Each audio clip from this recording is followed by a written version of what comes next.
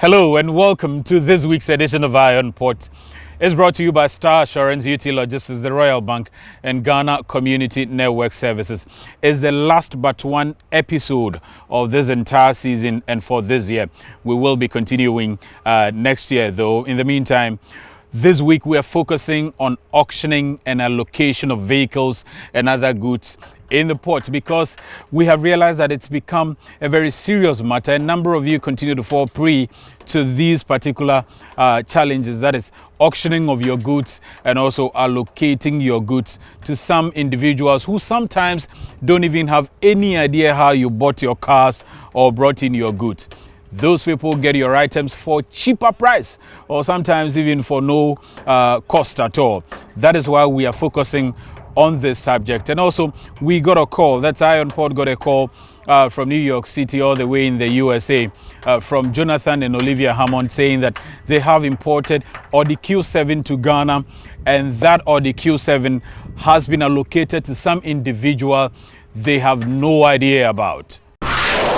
A US-based Ghanaian, Jonathan Hammond, and his wife, Olivia Hammond, are grieving over the seizure and eventual allocation of their Audi Q7 2007 model car to an unknown person allegedly by some officials of customs and members of the Vehicle Allocation Committee at the Osu Castle. All that I heard from the customs is that they seize people's cars because people fail to clear their cars on time, which make the port jam all the time. Narrating his ordeal to Eye on Port, a worried Jonathan Hammond said he imported 4 cars, including an Audi Q7 from New York, to sell and use the proceeds to set up a factory. He said together with his wife raised loans from banks and friends to clear the cars, only for customs to tell them that the cars had accumulated demurrage. After persistent follow-ups, he said it took 2 months before they were giving a letter of privilege from customs to go for the cars. On the very last day that the privilege they gave us was going to expire, she was able to get the money and got to Tamaport. When she got there around 12 p.m., they said no, she can't clear the cars again. But we thought maybe if you're giving us a privilege, the expiration should expire at the end of the day. But around 12 p.m., they said we couldn't get the cars anymore. Meanwhile, customs believe the claims by Mr. and Mrs. Hammond are unlikely. I doubt if it should happen. It should not happen that way. If that is what his claim is, that he effected a payment last minute or whatever, he should write an application. With evidence? Yes, and then send it to the Commissioner General. But Olivia and her husband insist on their side of the story. When I deposited the money, the whole thing started on the 9th. On the 9th, the money was cash in my hand. But when I went around begging them and they could not assist me, I deposited the cash, 43,000 Ghana cedis. A deputy minister of Trade and Industry, however, urged the couple to petition the Commissioner General of Ghana Revenue Authority or head to court if they continue to feel cheated. It's a very serious allegation, and that is why I would expect the person involved to have gone to court. We will be following this particular story even as we enter the next season of Eye on Port, and definitely we should find where this Audi Q7 is and what went wrong, either from Jonathan's point of view or the customs point of view. We will definitely be bringing you closure to this particular story. In the meantime, because this subject is very important to all of us, we engage customs on what is actually auctioning and what is allocation of goods and cars. Yeah, we always hear customs auctioning cars like that behind us, also auctioning items. What's auctioning really? One of the forms of disposal of goods which have been left in the port is through auctioning. Now, the purpose of auction is one, to redeem the space, to redeem the revenue, to serve the interest of the shipping lines, the terminals, and even the importers as well. So we cannot expect goods to be imported into the country for these goods to be hanging within the ports. What happens to new consignments which are yet to arrive? Definitely there must be a way of getting out the old ones for the new ones to come in. So how do you categorize items that are supposed to go for auctioning? Under what circumstance should items, including cars, go for auctioning? Now, when we look at consignment goods which actually arrive in the country, we can divide them into two: vehicles and then general goods. Now, with the cars, the law requires that within a period of 60 days, you should be able to clear your vehicle out of the 60 days. Within a period of 60 days.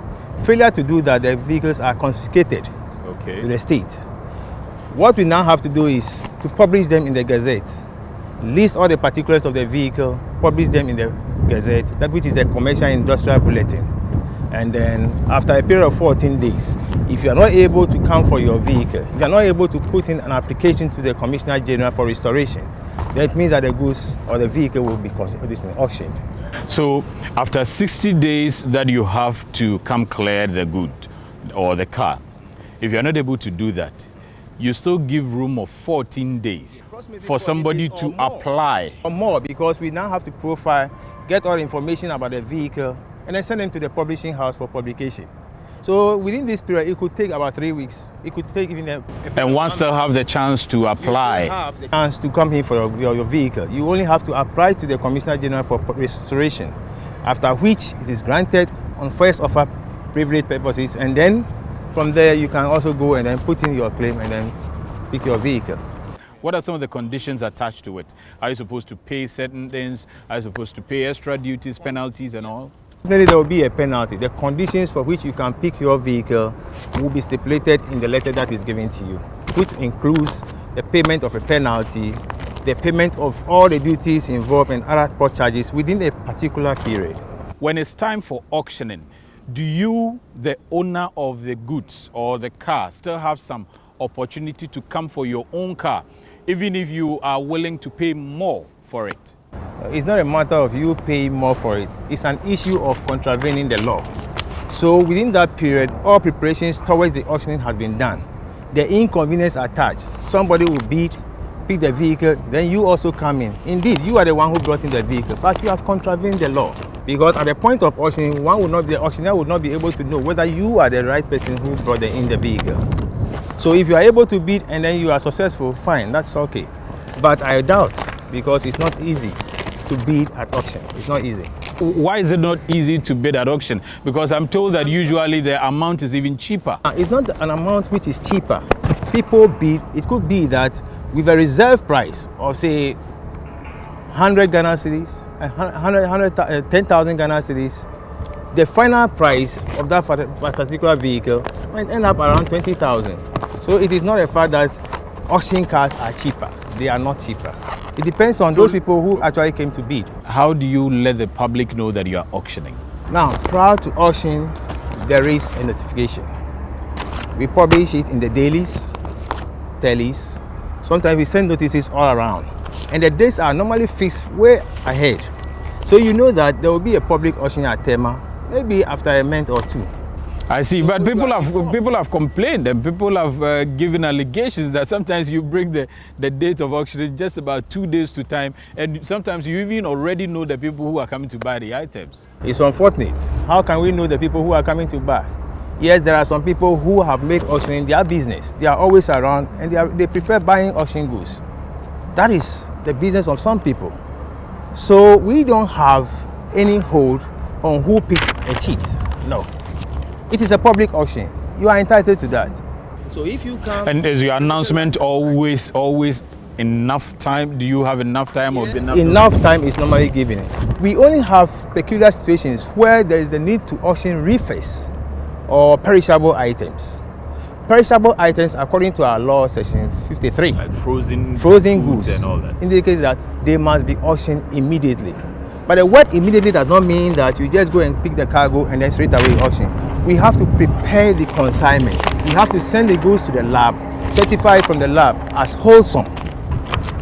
We then come out and then seek disposal instructions from the Commissioner of Customs, who will give an instruction determining the date that the auction must be conducted. So prior to that, notices are put everywhere. How is the auctioning of cars done? Yeah, the auctioning of cars, we have a percentage which goes for allocation, a percentage that goes to the service, and then a percentage which goes to the mats. Sorry, again, percentage goes to where? For allocation. What is allocation? Government allocation. Government allocation. Yes. What is that? Yeah, that is what the law has prescribed. That what? Because, you know, government also uses vehicles for certain reasons. It's not all vehicles which are brand new, which are imported for purposes of government functions. So we have an allocation that is set aside for government. We have an allocation that goes also to customs For government to do what? I'm still looking for the allocation. Yeah. Government has the prerogative of deciding what some of the auction cars should be used for. So it means that government also has interest in some of the auction cars. Exactly. And use them for what? Yeah, for purposes of government business. But government doesn't buy those cars themselves if they need their own cars to do business. You know, we They have come for people, cars that have not, because we as much as possible trying to discourage people from even letting their cars get into the auction period. But if you make it a business that can be your source of getting cars for government business, it means that you are waiting for people to leave their cars to be auctioned so that you can get your share. And that is not the idea. The law requires you to clear your vehicles. What happens if the vehicles are not cleared within the period? Does it mean everything will now come to the mat? Definitely, government also has a stake in whatever comes into the country. Goods coming into the country as imports are under the control of government.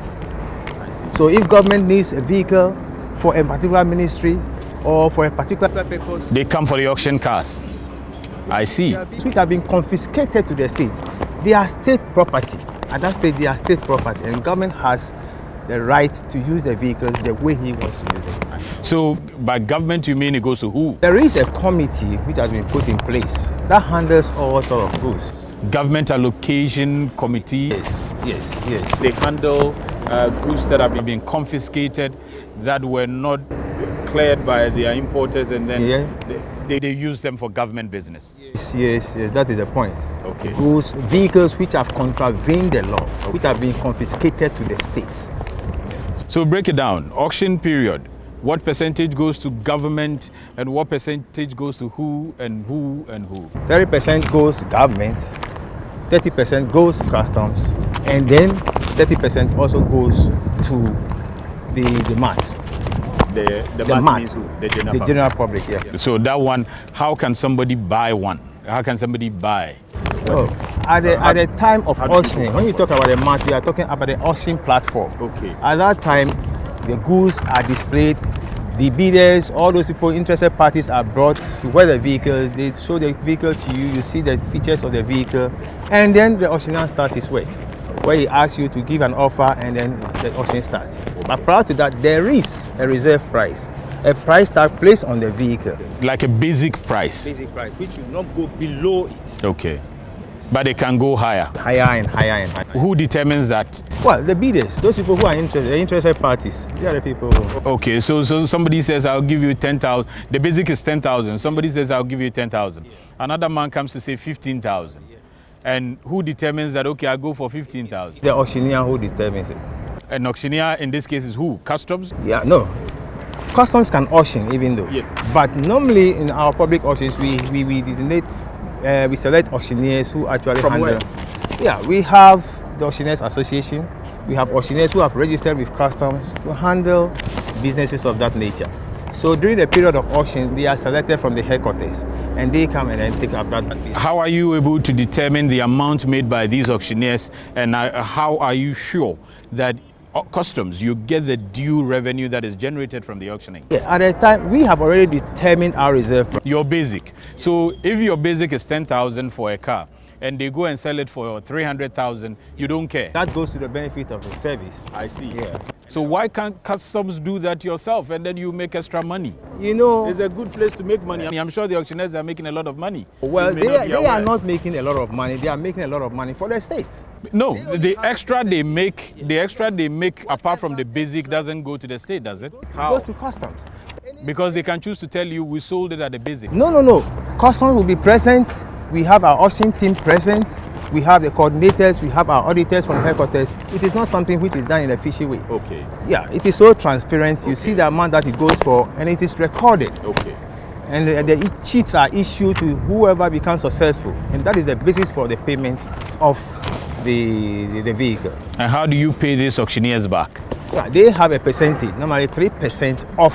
Whatever they sell. Yes, 3%. Okay. Who are these auctioneers? Are they private entities? Or what? No, they are registered with customs. Okay. Yes, yeah, they are registered with customs. Yeah. I see. I'm not sure a lot of people know this. Where do you often have the auctioning done? Where is it? Auction is normally done in all the customs organization. I mean, the customs setups, our collections. It could happen in the north, it could happen in the south. Normally in Tema, we do it at the state warehouse or any of the State warehouse is where your office is, this one located here. or any of the terminals within the port. You done some also at Atlas, right? Or you do it at Atlas? Of the state warehouse, where we have most of the containers going there. Okay. The main office here, this warehouse only accommodates packages, items which are not bulky, which are handy. Those are the items that we normally bring them here. But the bulk of all these containers that you see here move down to Atlas, where the major auction is conducted. So what then would you say is the difference between allocating a vehicle and then the auctioning of vehicle? At what point is my vehicle allocated and at what point is it auctioned? And the allocation of the vehicle, we talk about where a decision is taken that this particular vehicle should be given to this organization. So that is when government says, I have interest in this particular vehicle. A vehicle to Osu Children's Home, and it goes. Or give it to this individual, which For a reason, and it goes there. But where we're talking about a public auction, in that case, we assemble every interested party to come and witness it and then also take part of the auction. Does that mean that the government allocation committee comes around and looks at all the vehicles that are going for auctioning and say, this one I like, that one I don't like, that I like, that should go here, that should come to allocation, that should go for auctioning? Are they part in determining that? Yeah, normally they have a team. They have a team on the ground who also go around to select the vehicles, take records of all the vehicles together with custom officials. And that is done at that level. What would you advise people to be looking out for to avoid their products going into auction, whether cars or goods, or cars, their items going into allocation? The whole thing has to do with planning. You are spending money to import cargo. You are spending money to import vehicles. So you really need to plan, because you should know that once you have imported these items, they will definitely arrive in the port of Tema.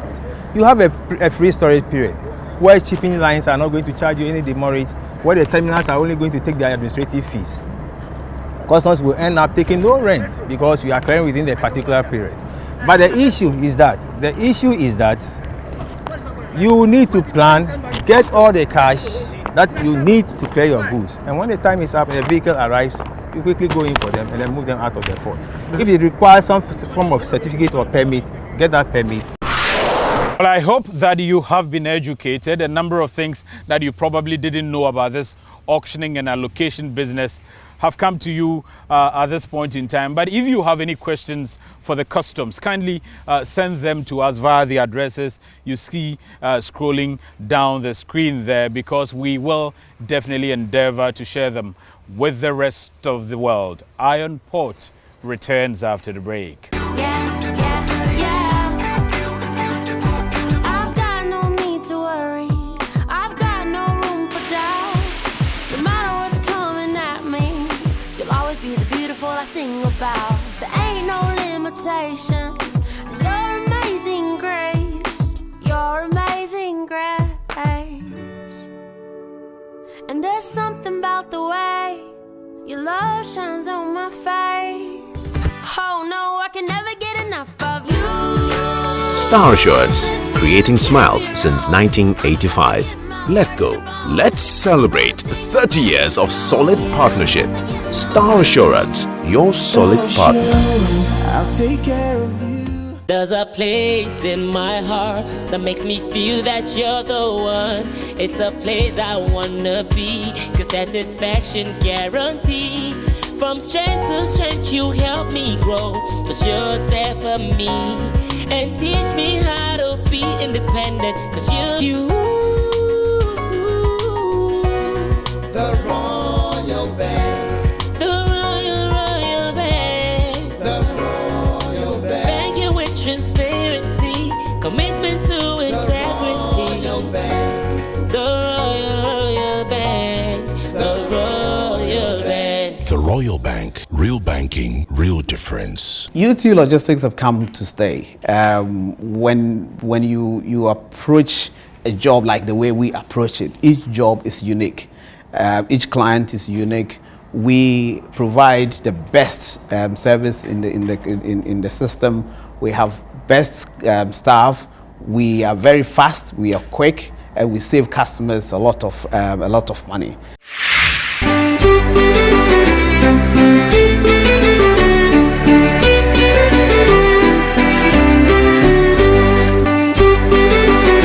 Merry Christmas!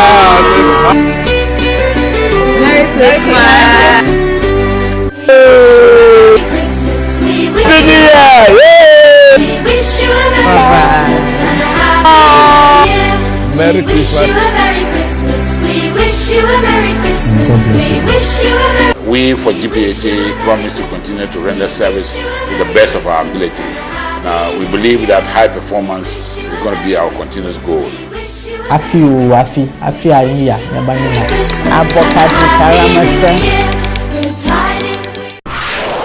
Welcome back from the break. You're still watching Iron Port. And at this time, we'll bring you the news and activities happening in and around the port and maritime industry.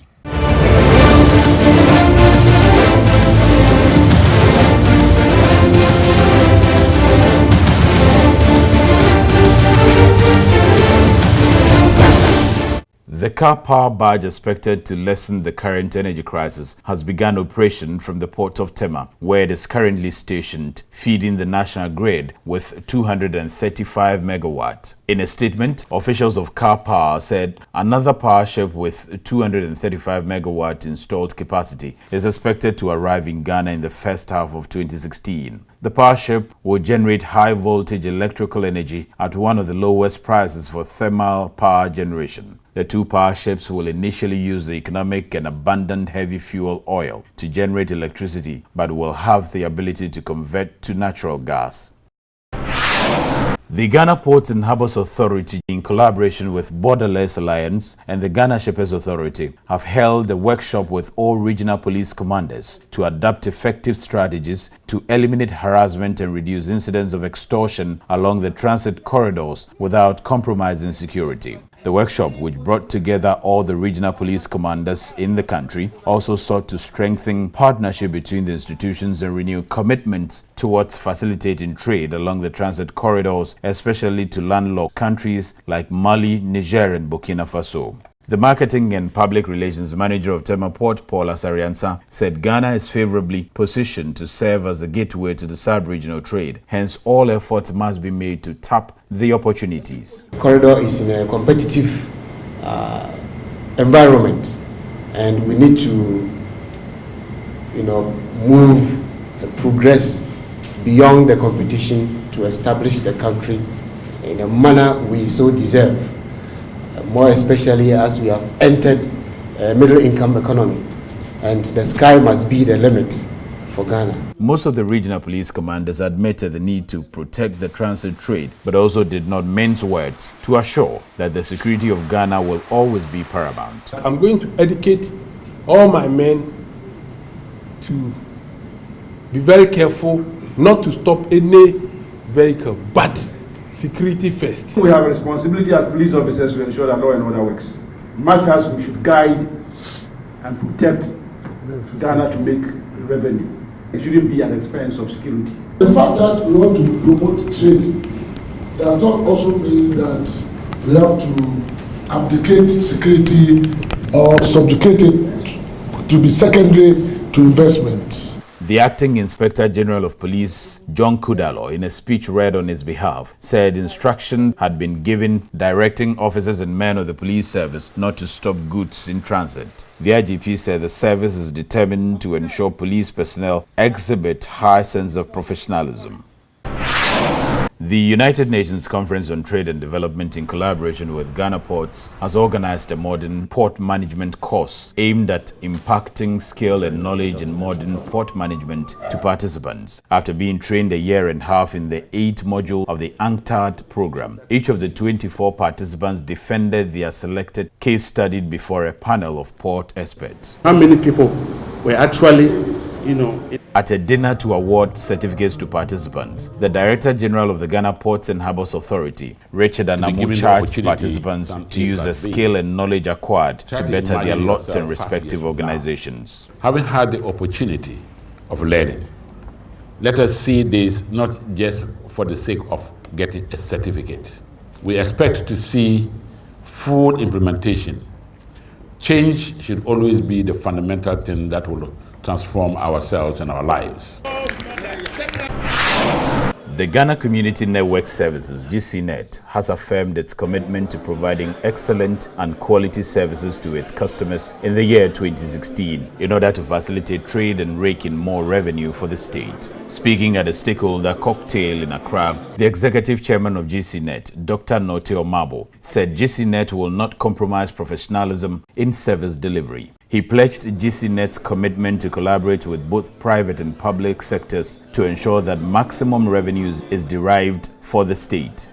The service quality, the professionalism of the delivery of services are given the highest prominence. And therefore, going into the future, I can assure you, yet once again, that GCNet will continue to provide the quality services. The Commissioner of the Ghana Revenue Authority, George Blankson, lauded his outfit's partnership with GCNet, describing it as very productive. In the case of the GCNet GRA partnership, it's a model for public-private partnership which has been very productive, very helpful, and over the years has gained so much roots that sometimes when I'm talking about it, people think I'm overconfident about the position of GCNet.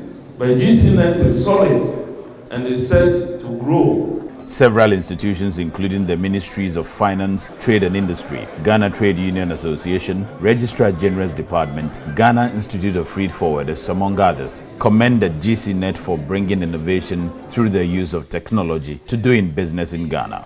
Ghana Community Network Services Limited (GCNet) is an information and communication technology public-private partnership with a mandate to provide e-solutions to government.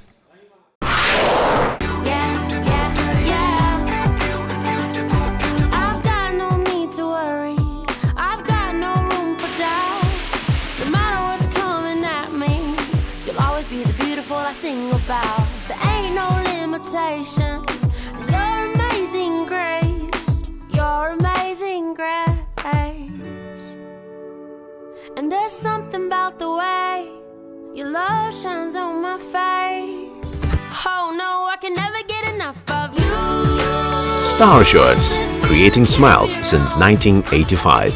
Let go. Let's celebrate 30 years of solid partnership. Star Assurance, your solid partner. I'll take care of you. There's a place in my heart that makes me feel that you're the one. It's a place I wanna be, 'cause satisfaction guaranteed. From strength to strength you help me grow, 'cause you're there for me. And teach me how to be independent, 'cause you The Royal Bank. The Royal Bank. The Royal Bank. Banking with transparency, commitment to integrity. The Royal Bank. The Royal Bank. The Royal Bank. The Royal Bank. Real banking, real difference. UT Logistics have come to stay.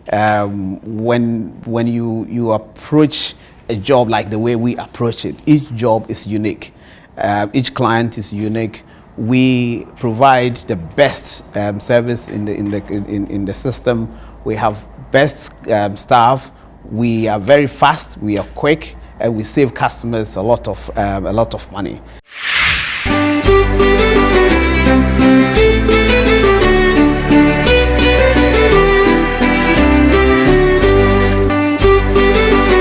Merry Christmas! Merry Christmas, we wish you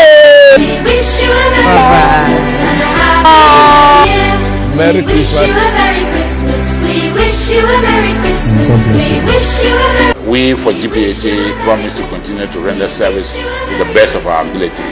Now, we believe that high performance is going to be our continuous goal.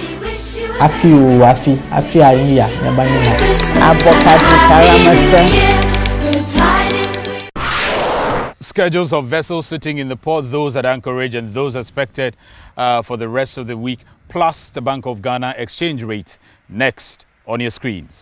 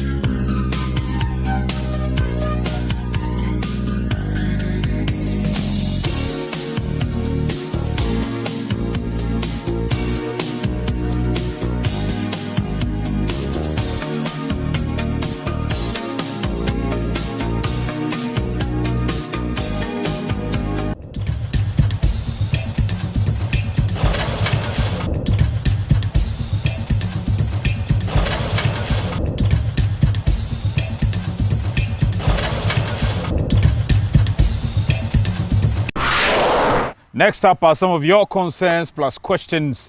Next. Jamila Osman Rabiu from Tamale writes, I watch Iron Port every week and I'm excited about what I see going on in the port. It appears a lot of things are going right with our ports. Please intensify the fight against unethical practices. Importers are all behind you. Naomi Ofori writes from Rara, I have had a terrible experience with the port before, but I am happy about the changes I'm seeing there. Kindly let the authorities know that they should stop everybody, including port officials, security agents and other consignees from taking bags into the terminals and vessels. This will solve the pilfering and extortions. Well, that's it for this week's edition of Eye on Port. And next week, which is going to be the last episode for the entire season and for the whole year, we should be sitting down with Reverend Dr. Josai to take us through a number of things we need to know as corporate institutions and also as a country as far as public relations and engagement is concerned. It's a mission to put the organization's best foot forward. It can't be a job. That will come up next week. I have to say a big thank you for watching the program. Also, thanks a lot to my crew, Robert Nyantechi in particular, who is behind the camera. And I have to say congratulations to him because he's happy. He got married over the weekend and he's happy smiling behind the camera there. Also, Godwin Kabute, Solomon Anderson, Joe Lavo, Ebenezer Tewia, Isaac Bosu, Prince Bruce Lamte, and all of you who have supported this whole program. Also, the executive producer, Paula Zarianza. I will see you next week.